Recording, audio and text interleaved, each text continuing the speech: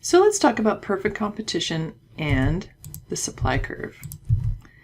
So what happens about profit in the long run?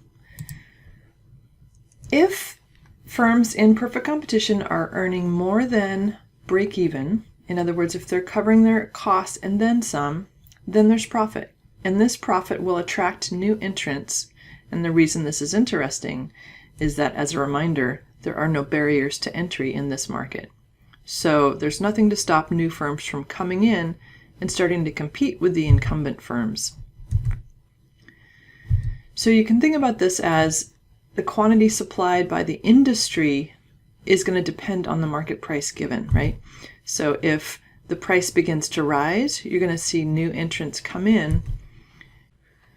So the industry supply curve, which is made up of all the firms producing, is going to rise as the price rises. There's fewer firms willing to supply when the price is lower than when the price is higher. So let's look at the dynamics. If we start out with the price of a tree being $18, and this is the market supply and demand, so the market conditions are such that the price of a tree is $18 in equilibrium, and that price happens to translate, if we also draw the cost curves for a firm, happens to translate into quite a profit, right? So you can look at the price of $18. It collides with the marginal cost curve here. That's at a quantity of 50, and that's well above the average total cost. So the per unit profit is 18 minus whatever that is, 1440 for each of the 50 units. So that whole area of A is profit. And that profit will attract new entrants.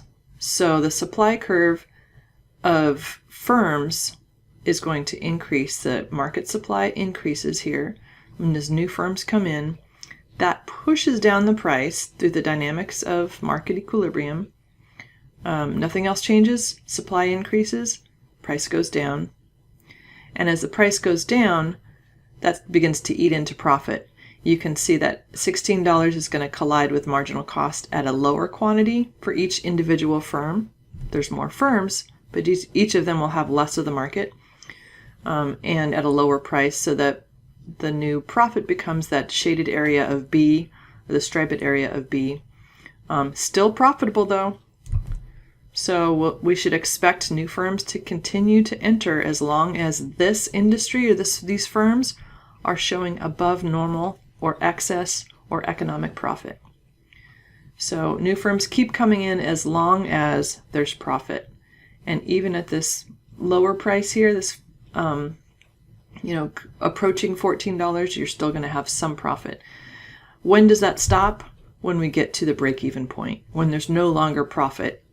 Price has driven down to $14 and all that's left is zero economic profit. You're just covering your costs, also known as positive accounting profit, right? Remember, economic profit includes both explicit and implicit costs.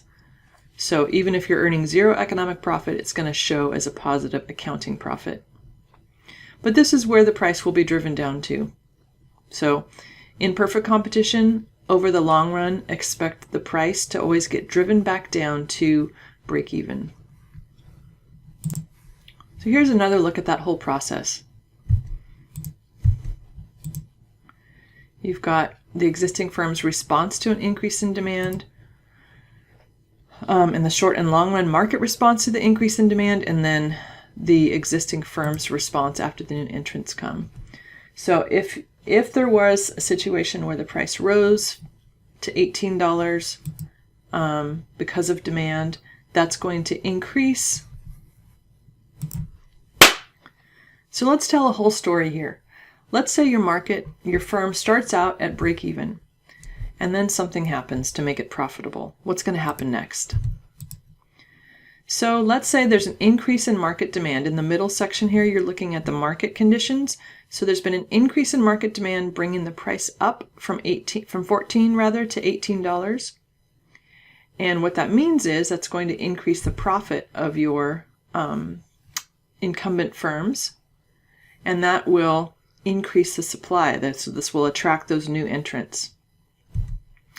And then because of that, the price gets pushed back down, right? So market price went up to $18 and is now pushed back down with the new supply curve to $14, and that erodes any of those short-run profits.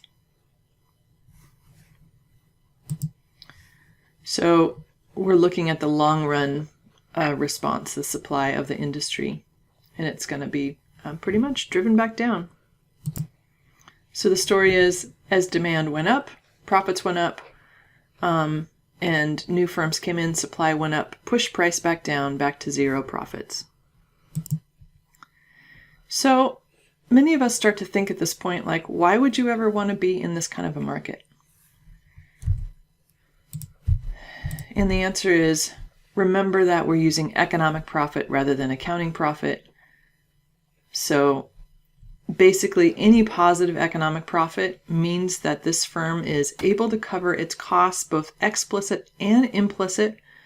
Implicit opportunity cost, or the cost of your resources in their next best alternative, right? So if your resources are being paid better here than anywhere else, or just enough to cover what they would be earning anywhere else, it's not a bad situation.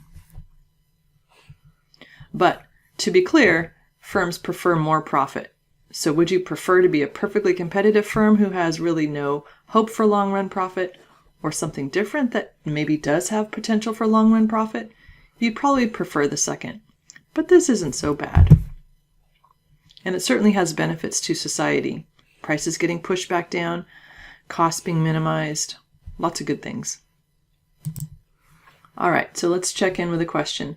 The long-run market equilibrium in a perfectly competitive industry with identical firms results in all firms doing what? A, earning zero economic profit. B, producing the quantity associated with their break-even price. C, producing the profit-maximizing quantity at which marginal revenue equals marginal cost. And D, all of the above statements are true. Pause for the answer. And it is all of the above. All right, there you go.